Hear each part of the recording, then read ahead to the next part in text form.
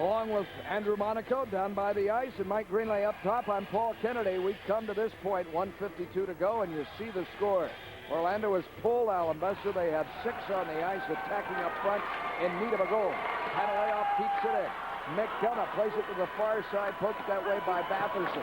Here is Mackey, driven into the wall by Guy Dupuis. Trying to center, they throw it on net, bounds to the far side. And now out of the zone, and look out, a foot race. And if it goes in, it's 4-1, and it does. That'll do it. More frustration for Orlando.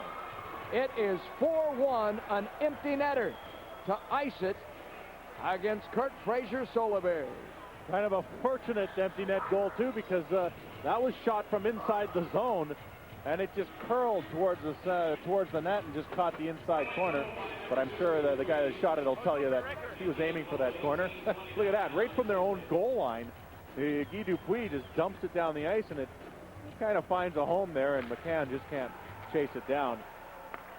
1:28 left, 4-1 or Komets. So Dupuis credited with his 9th goal of the year. And we have seen goals scored shorthanded into empty nets now. Really has not been Orlando's night this evening. A solid effort initially. Racine was shaky. And then that Ian Boyce goal turned this game around just 5 minutes into the contest.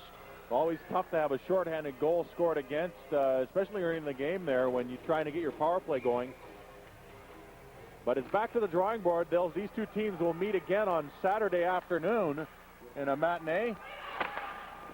And Orlando will try and tie the season series up on that afternoon. Here's Armstrong with the shot. And the save made. Racine. It tumbled over his shoulder and behind the net. McCann fanned on it to Armstrong at center with 45 seconds remaining.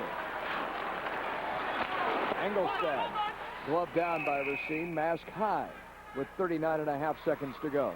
So Fort Wayne, which comes out of the chilly state of Indiana, gets some hot goaltending from Bruce Racine. Thanks to our friends at the AutoZone, he was indeed in the zone this evening, Greener, with 28 saves on 29 shots. He made a lot of very good saves, and a lot of people frustrated maybe with the way the Solar Bears played, but the Solar Bears still got a lot of good opportunities on goal. 29 shots on goal this evening, out shooting Fort Wayne and still coming up short.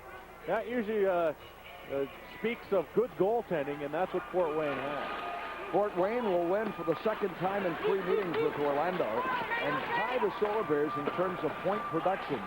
In the Eastern Conference standings of the IHL, they will, in fact, overtake Orlando for 3rd place, both now with 73 points, but in head-to-head competition, Fort Wayne with the upper hand. And one more game to round out this series. That, of course, the Saturday matinee, Shade's birthday party here, and hopefully Shades will blow out the candles after the Solar Bears have bounced back with their first win in the month of March.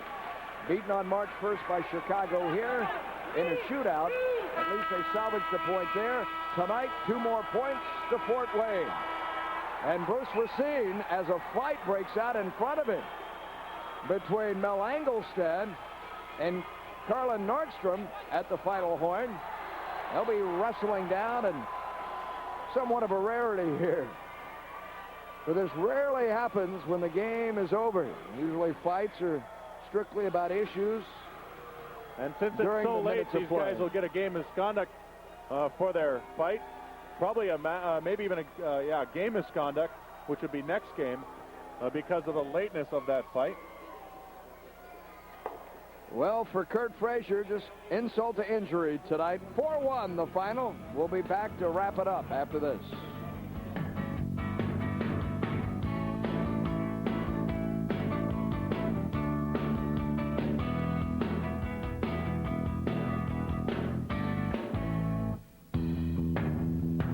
Orlando's